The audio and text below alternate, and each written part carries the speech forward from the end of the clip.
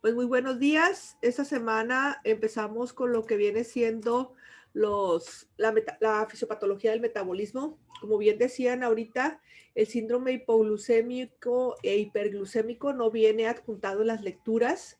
De igual manera, el documento en PDF de lo que es metabolismo del ácido úrico tampoco viene. Sin embargo, el día de ayer con los chavos del grupo 1 hicimos este tutorial, se pudiera decir, donde hablamos de hiperuricemia e hipouricemia. Y aprovechamos, como estos son, algunos son temas cortos, aprovechamos y hablamos de triglicéridos y de colesterol también. Entonces, en ese video que viene adjunto ahí, viene ácido úrico, colesterol y triglicéridos. Tanto en glucosa como colesterol, triglicéridos y ácido úrico, es obligatorio que ustedes conozcan los valores normales que se manejan en los pacientes, sobre todo los adultos. Y en el trabajo que vamos a realizar esta semana, va a ser un mapa conceptual de estos temas. Entonces, ahorita vamos a ver una presentación que yo acabo de editar porque le faltaban algunas cositas con respecto a síndrome hipoglucémico e hiperglucémico. Cuando hablamos de la glucosa, es muy importante saber que hay ciertos alimentos que tienen la oportunidad de favorecer que nosotros los consumamos y rápidamente pasan a la circulación. Unos de ellos vienen siendo las frutas. Entonces, las frutas son ricas en glucosa y van a hacer que si yo consumo, por ejemplo, una manzana, una naranja, una uva, fresas, plátanos, voy a poder adquirir rápidamente en la circulación lo que viene siendo la glucosa. No pasa lo mismo, por ejemplo, si yo lo que hago es el consumo de alimentos que también vienen formando energía, como vienen siendo las carnes rojas, que me vaya a comer unos tacos de buche, no sé. Otra de las cosas cuando nosotros hablamos de la educación del paciente es con referente a la glucosa que viene industrializada. El que me duele la cabeza porque estoy en ayunas y me tome un refresco, un jugo, algo embotellado, va a hacer que mi glucosa pase a la circulación. Sin embargo, la glucosa que va a pasar a la circulación va a ser una cantidad exagerada que me puede dar signos y síntomas, ¿sí? O me pueden descompensar a mi paciente que primero lo tenía hipoglucémico con una glucosa menor de 60 o me puede dar el paciente a tener una glucosa arriba incluso de 300. Entonces, es muy importante nosotros hacer énfasis en que los ayunos prolongados hacen que el cuerpo saque la glucosa dentro de las células, sobre todo de las grasas que nosotros tenemos en nuestro cuerpo, y a esos fenómenos se le llama gluconeogénesis. Perdón, glucogenólisis. Es la destrucción de la glucosa que yo tengo que sacarla dentro de lo que viene siendo las grasas. La gluconeogénesis es la glucosa que yo voy a obtener de los alimentos que estoy consumiendo. Y esa glucosa que saco de las grasas, desafortunadamente, mi sistema nervioso central no las puede utilizar, mi encéfalo no las puede utilizar. ¿Quién las utiliza? La utiliza en este caso los demás órganos. Pero si yo quiero una glucosa para activar mi energía, que se me quite el dolor de cabeza y todo eso, tengo que consumirlo vía oral o de manera extrema, pues a nivel hospitalario, lo utilizamos vía parenteral. ¿Ok?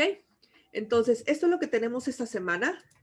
Si tienen alguna duda, les pido por favor que me interrumpan y vamos viendo en este caso los conceptos en el caso de lo que es el síndrome hiperglucémico y síndrome hipoglucémico. En sus diapositivas, no sé si alcanzan a ver en la pantalla que les está compartiendo la presentación. Si es así, por favor, confírmenme porque ya me ha tocado N veces que estoy hablando y no estoy compartiendo nada. Ok. En su plataforma venía, cuando yo hablo de hiperglucemia, hipoglucemia, estoy hablando de diabetes.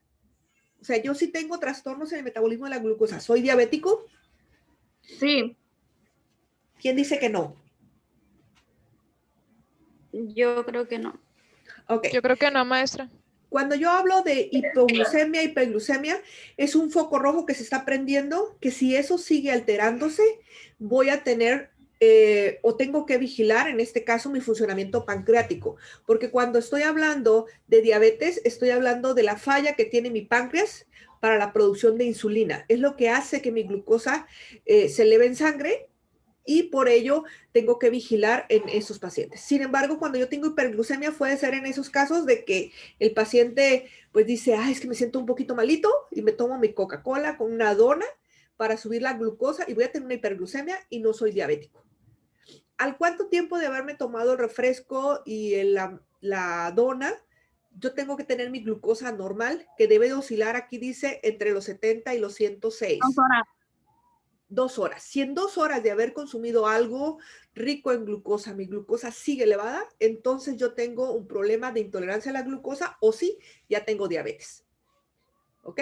Eso es de vital importancia nosotros hacérselo ver al paciente, porque si yo quiero saber cuánto se me sube mi glucosa, yo tengo que checar un nivel que se llama glucosa postprandial. O sea, yo como y me tomo la glucosa, los valores que me está dando es cómo se me sube mi glucosa después de consumir alimentos. Y eso es un valor muy bueno. Es como cuando yo hago la prueba de esfuerzo. ¿Cuánto se eleva mi frecuencia cardíaca cuando estoy corriendo? Es cómo se eleva mi glucosa cuando yo como cosas ricas en glucosa. ¿Ok? Es lo que tienen las células para oportunamente hacer una actividad vigorosa. Si yo voy a irme a un maratón de nadar, a lo mejor 2000 metros, me como una banana, tengo la glucosa en sangre, que es glucosa buena, la glucosa de las frutas, y eso me permite que yo pueda, en este caso, hacer mi actividad física porque tengo mucha glucosa en la circulación. Muy diferente, como les decía ahorita, que sea un refresco o algo embotellado. Los valores normales de la glucosa, si ustedes observan en el recién nacido, pueden ser incluso de 30 a 100. Entonces, en un recién nacido que tengo una glucosa de 70, es normal, está perfecto. Si tengo una glucosa de 50, también está normal.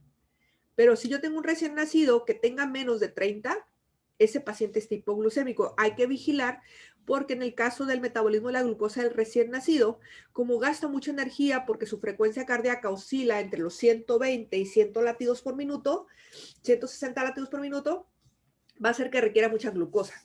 Sin embargo, en una persona, en un niño, en un adulto, que yo tenga una glucosa menor de 70, va a hacer que ese paciente tenga signos y síntomas. Si yo tengo en un adulto una glucosa de 30, ese paciente prácticamente está muerto. Entonces, es muy importante medir la glucosa en mi paciente, sobre todo cuando tiene dolor de cabeza o me refiere el antecedente de la pérdida de la conciencia. ¿Cómo mido la glucosa en un paciente en urgencias? ¿Qué estudio le hago? Es urgente. ¿Distroxis? El destroxis. ¿En qué consiste el destroxis? Consiste en hacer una punción en uno de nuestros sortejos para medir a través de una tira reactiva la glucosa periférica. Pero si yo quiero medir la glucosa en un paciente que se me descompensa y se me pierde, quiero saber si es diabético y está descontrolado, ¿qué estudio le voy a pedir?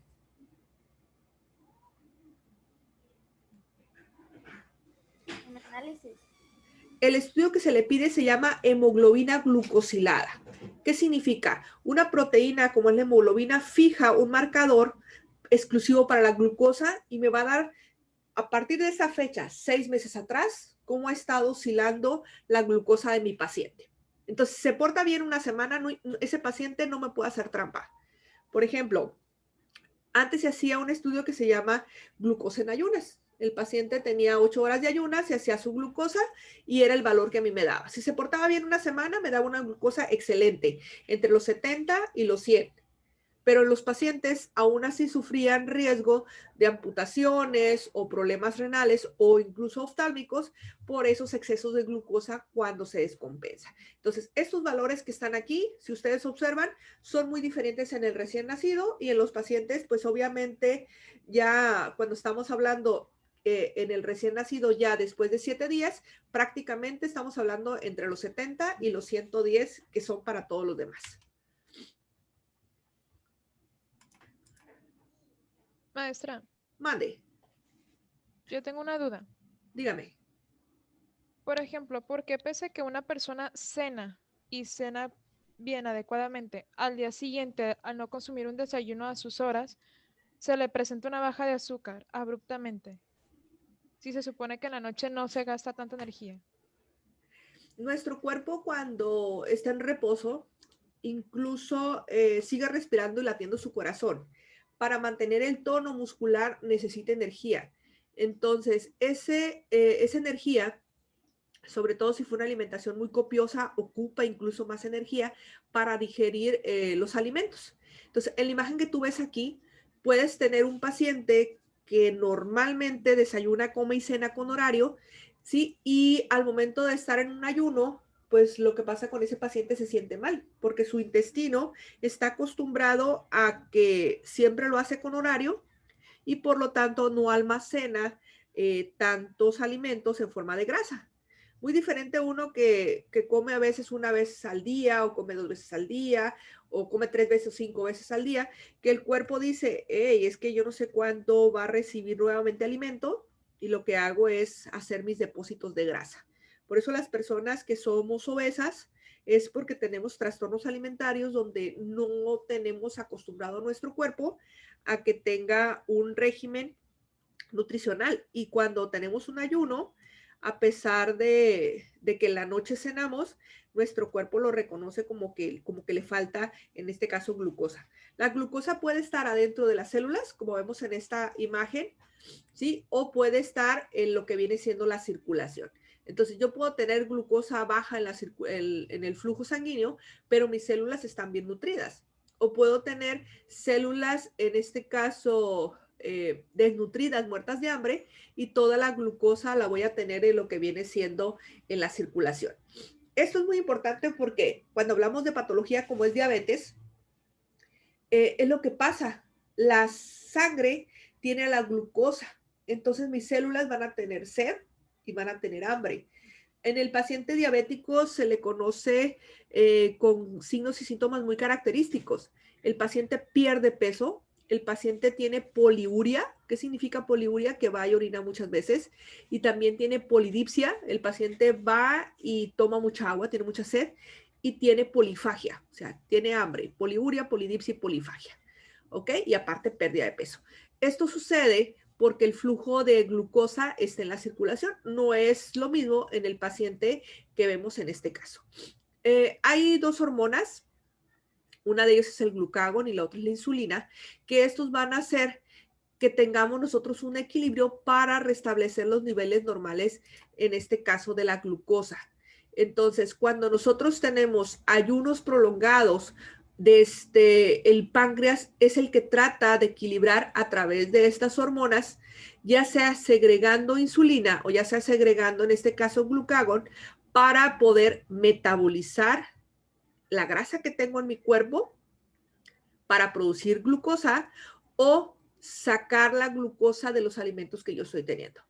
Esto es de vital importancia que ustedes lo entiendan, porque cuando yo tengo ayunos, el glucagón entra al quite y saca la glucosa de la formación de ella a través de la grasa que tengo almacenada.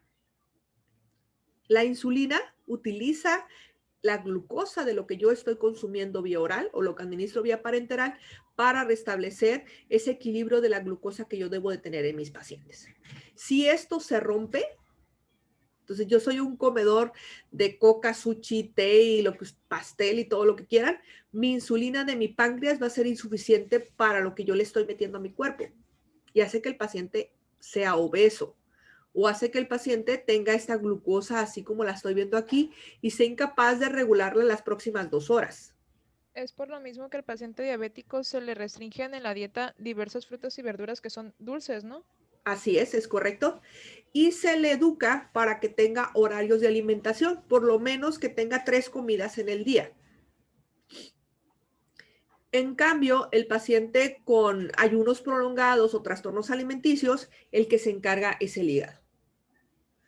Y entonces vamos a tener nosotros que el paciente pues va a tener pérdida de peso, ¿sí? Porque está utilizando la glucosa que tiene almacenada en los adipocitos. Pero ojo, es muy importante nosotros saber que cuando este hígado está echando a andar a los adipocitos para empezar a producir glucosa, este hígado se empieza a llenar de grasa hasta que llega un momento en que nuestro hígado empieza a fallar y vamos a tener fenómenos de esteatosis hepática. La esteatosis hepática también se le conoce como al hígado graso. ¿Ok? Entonces, ¿qué va a hacer? Que estos 2 fenómenos tratan de normalizar lo que viene siendo la glucosa que se encuentra en nuestra circulación, y si no se logra, vamos a tener hiperglucemia o hipoglucemia. Entonces, en este homeostasis de la glucosa, ya sea lo que decíamos ahorita, la glucosa postprandial o la glucosa en el paciente después de que ha pasado un ayuno prolongado, pues nosotros tenemos que echar a andar mecanismos muy importantes. Entonces, en esta imagen está lo que les comentaba ahorita. Si yo como, la glucosa de mi sistema digestivo que se absorbe me va a ayudar para que mi paciente tenga una buena respuesta, en este caso cerebral. Pero si no, el que echa a andar es el glucagón, y de esta glucosa que yo quiero mandar al cerebro no se puede. O sea, si yo tengo ayunos prolongados y quiero hacer una dieta mata de hambre, voy a andar con síntomas, en este caso, de una mala decisión a nivel cerebral, porque mi encéfalo no recibe los nutrientes necesarios. ¿Ok? Aquí viene un ejemplo de los pacientes que son insulinodependientes y cómo de la sangre sacamos la glucosa. ¿Ok? Entonces, cuando hablamos de hipoglucemia, pues decimos que una glucosa menor de 50, ¿sí? En los pacientes que nosotros hacemos este estudio que se llama destroxis. Es la causa principal de desequilibrio entre la producción y la utilización de glucosa. ¿Quién lo produce? Lo produce, en este caso, el páncreas a través de la segregación de dos hormonas que decimos que se llaman glucagón y se llaman insulina. Cuando nosotros tenemos una sobredosis de insulina en esos pacientes que pasan a lo que viene siendo el área hospitalaria, y nosotros los tenemos en ayunas prolongados y aparte de eso le administramos insulina, pues vamos a tener alteraciones, como lo dice aquí, en el sistema nervioso central, y los más graves que nos pueden llevar al paciente a que tenga un estado comatoso y se muera, como lo que viene siendo primero el estado del paciente no se ubica en tiempo y espacio, está irritable, convulsiona. La hipoglucemia puede causar cefalea, puede actuar o nos puede ocasionar también cambios en el equilibrio del agua. Acuérdense cuando nosotros platicábamos la semana pasada, hace unas semanas, con el equilibrio hidroelectrolítico, que decíamos sodio y lo que viene siendo el endotelio vascular. En donde tengo más solutos, el agua que está dentro de las células lo voy a sacar al endotelio. Entonces, por eso es muy importante cuando yo tengo una hipoglucemia, el estado del equilibrio hidroelectrolítico también se va a alterar. El paciente puede primero presentar hambre, nerviosismo, transpiración, taquicardia, y pues si el paciente es diabético, pues eso lo va a ocasionar a que se sienta todavía un poco peor. Pero imaginémonos en el caso de ustedes que estuviéramos en la universidad y tuviéramos honores a la bandera los lunes, y pues entre las 7 y las 9 de la mañana todos de pie bajo el sol. O sea, ahorita, ¿quién de ustedes ya desayunó? Yo. Quizá muchos, porque son las 9 y están en su hogar. Pero si fueran a clases de la escuela y su trayecto fuera 1 hora, pues ¿a quién se le antoja desayunar a las 5 de la mañana? Entonces, eso puede condicionar a un paciente que ya tiene una alteración, en este caso pancreática, todavía se altere un poquito más. Los signos y síntomas de la hipoglucemia, cefalea, lo que les decía ahorita en el caso de la polidipsia, la visión borrosa, taquicardia, desorientación, sudoración excesiva y nerviosismo. Y eso lo veíamos nosotros cuando estábamos en secundaria, que más de alguna vez algún compañero nos tocó que se sintiera mal y perdiera el estado de conciencia. Le daban un chocolate y el chamaco feliz. En el caso de la hiperglucemia, nosotros vamos a tener que nuestro páncreas es incapaz de producir la insulina, ¿sí? Y por lo tanto, ¿qué hacemos nosotros? Pues tratamos de restringirle al paciente un poco el consumo de alimentos ricos en azúcares, como decía ahorita su compañera. Entonces, aquí habla de un intervalo de 126 miligramos, pero en este caso nosotros vamos a manejar hasta lo que viene siendo 106. Entonces, S2 va a ser 106 miligramos por litro de sangre de glucosa. Porque si yo tengo una glucosa de 110 para arriba, ya estoy hablando de hiperglucemia. Entonces, acuérdense nada más, por favor, de nuestro plan B, que viene siendo la producción de glucosa a través de la grasa que tenemos almacenada. A pesar de nosotros tener ayuno, podemos tener hiperglucemia porque nuestro cuerpo tiene almacenes para la producción de glucosa.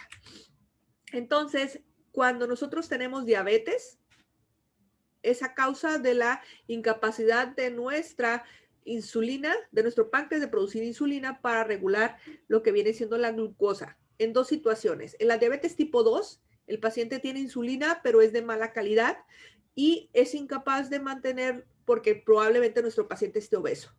También hay algunos trastornos agudos. Acuérdense que hablábamos de lo que viene siendo unas glándulas y en este caso las hormonas tiroideas van a hacer que también se eleven, en este caso, la glucosa sanguínea. Las concentraciones de glucosa van a hacer que nosotros tengamos así como un foquito rojo en nuestro cuerpo y se detecte ese exceso de glucosa y lo que va a hacer es que se produzca mucha insulina. Y cuando yo tengo mucha insulina, mi paciente va a decir todavía tengo más hambre y va a producir más o va a necesitar más insulina. Entonces, eso lo hace el páncreas y tratamos de nosotros cortar ese ciclo vicioso a través de dos mecanismos. Uno, la alimentación del paciente y dos, la actividad física. Si yo tengo una actividad física, la glucosa que está de más, voy a poderla utilizar en los músculos en la producción de energía. ¿Ok? Si tienen alguna duda de esto, yo les pido, por favor, que reflexionemos un poquito con respecto a lo que viene siendo esta imagen, ¿sí? En el cuanto nosotros vamos a ver cómo nuestro páncreas logra ese equilibrio para nosotros tener los valores normales tanto intracelular como extracelular. ¿Ok? ¿Preguntas hasta aquí? Profe, Mande. ahorita que usted, en la parte de signos y síntomas de una hiperglucemia que pues da pues a una diabetes, a la confirmación de una diabetes y la pérdida de la vista, al paciente se le presenta una esclerótica, ¿no? Que es la parte como una nubosidad en la parte del ojo. Ok. En el flujo sanguíneo en el paciente con hiperglucemia, la viscosidad de la sangre condiciona a que cuando pase a través de la arteria de la retina, el paciente no tenga un flujo adecuado y por lo tanto va a empezar a presentar lo que viene siendo visión borrosa. Imaginémonos que nosotros en vez de limpiar el espejo de nuestro carro o de nuestros lentes o los accesorios que tenemos transparentes, la ventana, en vez de usarla con agua con jabón, utilizamos agua con azúcar. Esos cristales de glucosa que se pueden precipitar me van a ocasionar daño en lo que viene siendo el endotelio vascular, principalmente los órganos más afectados, el riñón y lo que viene siendo el ojo. Entonces, cuando veamos lo que es diabetes como tal, vamos a hablar de lo que viene siendo ese daño en el endotelio que se refleja en dos complicaciones que se van a presentar en los diabéticos, como es la retinopatía diabética por el flujo de sangre que tiene exceso de glucosa y lo que viene siendo la nefropatía diabética. La filtración glomerular va a hacer que el capilar del glomérulo se dilate y vamos a empezar a filtrar glucosa a través de él.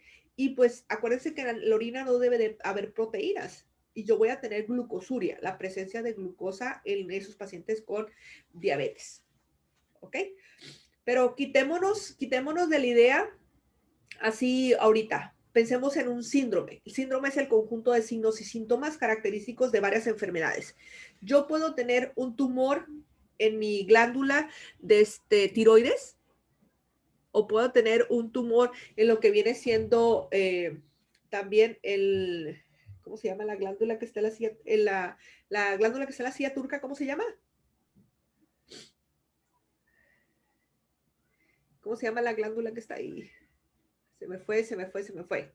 Bueno, yo puedo tener un tumor, un tumor cerebral y mis pacientes van a producir hormonas que van a hacer que mi metabolismo de la glucosa se altere. ¿Sí? Un prolactinoma puede hacer que mi glucosa se altere. Incluso si yo ahorita estoy consumiendo medicamentos como lo que vienen siendo los corticosteroides, esos favorecen que yo tenga alteraciones en el metabolismo de la glucosa.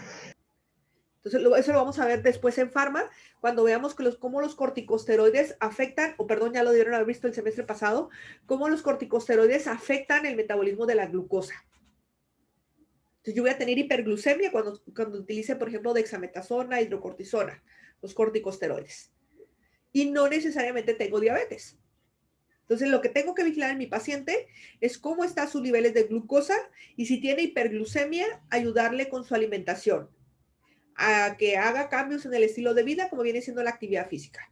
Y si tengo hipoglucemia, de igual manera tengo que educar a mi paciente, porque esos excesos de ayunos prolongados que va a tener el paciente que se vienen representando en hipoglucemia lo pueden llevar a la muerte.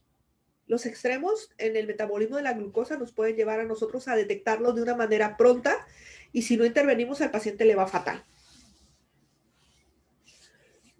Bueno, entonces eso sería lo referente al tema de hiperglucemia, hipoglucemia. Voy a ver ahorita con otros grupos lo que viene siendo el tema de los trastornos de las proteínas y los aminoácidos, ¿sí? Ayer, insisto, compartí lo que viene siendo ácido úrico, colesterol y triglicéridos para ir completando el bloque de lo que nos toca esta semana de los trastornos metabólicos. ¿Sale? ¿Alguna duda, pregunta, jóvenes?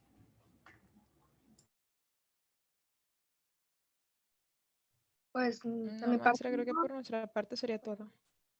nomás esperaríamos que usted suba esa exposición pues para elaborar el mapa conceptual, por favor. Claro que sí. Ok, ahorita les voy a compartir el link de esta charla que tuvimos ahorita para que ustedes vayan puntualizando. Y sí les pido, por favor, si tienen alguna duda o algo, utilicemos el chat del grupo. Gracias, Y si no maestra. me toca verlos, pasen feliz Navidad, pórtense bien, cuídense y en la mayoría posible quédense en casa. Y si salen, por favor, extremen la higiene, extremen las medidas, por favor. Ahorita sí, definitivamente la situación con lo referente a COVID se está poniendo grave. Así como lo teníamos al inicio en marzo, junio, ahorita por las condiciones climáticas esto está arrasando. Los poquitos que habían resistido el embiste de esta enfermedad, pues hay que cuidarlos más. Si realmente nos importan nuestros viejos, pues hay que evitarle llevarles a nosotros lo que viene siendo a través de nuestra piel, a través de nuestros fomites, incluso nosotros, llevarle enfermedades a nuestra familia. Entonces hay que evitar salir lo más posible. Reciclemos ropa, vamos que hay que aprovechar ahorita que se puede y solamente nos ven de la cabeza para arriba en las fotos, ¿sale? La mejor de las bendiciones, jóvenes. Gracias, maestra, igualmente. Gracias, maestra, igual. Igualmente. Gracias, maestra, Que igualmente. pase feliz Navidad. Que pase feliz Gracias. Navidad.